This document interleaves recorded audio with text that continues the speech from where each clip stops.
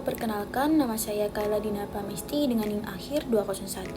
Di sini saya akan menjelaskan bagaimana tantangan Pancasila di era globalisasi, terutama terkait ideologinya dalam menghadapi radikalisme, perkembangan teknologi, dan bagaimana nilai-nilai Pancasila dapat diaktualisasikan dalam kehidupan sehari-hari.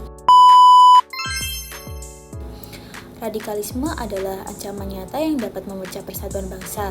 Ideologi-ideologi transnasional yang bertentangan dengan Pancasila seperti ekstremisme agama atau ideologi kekerasan memanfaatkan ketidaktahuan, ketidakadilan, dan teknologi untuk menyebarkan paham-paham radikal. 1.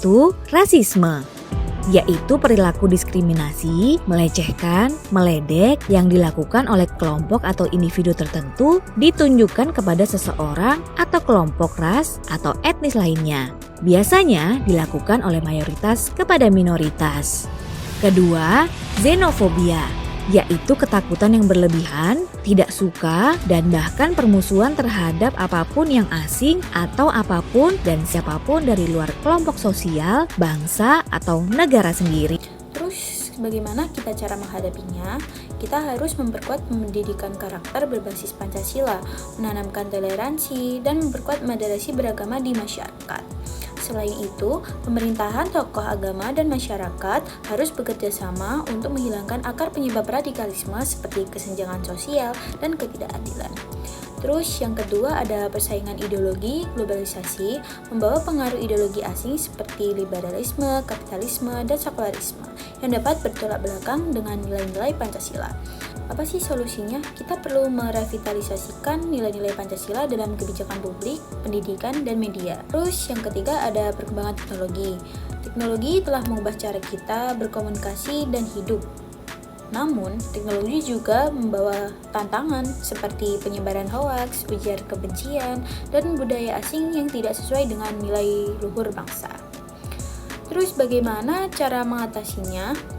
Literasi digital harus ditingkatkan agar masyarakat bijak menggunakan teknologi, konten digital yang mengedepankan nilai-nilai Pancasila perlu diperbanyak untuk menarik generasi muda.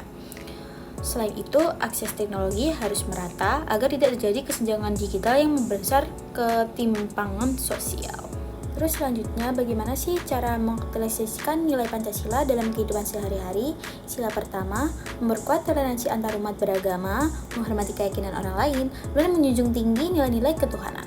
Terus sila kedua, mengedepankan rasa kemanusiaan dengan cara membantu sesama dan menghormati hak asasi manusia. Terus ada sila ketiga, menjaga persatuan dalam keberagaman, menguatkan semangat kebinekaan, dan menghindari konflik. Terus yang keempat, ada mengutamakan musyawarah untuk mufakat dan menyelesaikan masalah, baik di tingkat keluarga maupun negara. Terus sila kelima, memastikan keadilan sosial bagi seluruh rakyat melalui kebijakan yang merata dan inklusif. Jadi dari kesimpulan ini adalah di era globalisasi kita harus terus menjaga dan memperjuangkan Pancasila sebagai ideologi bangsa, tantangan radikalisme, pengaruh ideologi asing, dan perkembangan teknologi tidak boleh melemahkan nilai-nilai luhur Pancasila yang telah menjadikan fondasi persatuan Indonesia.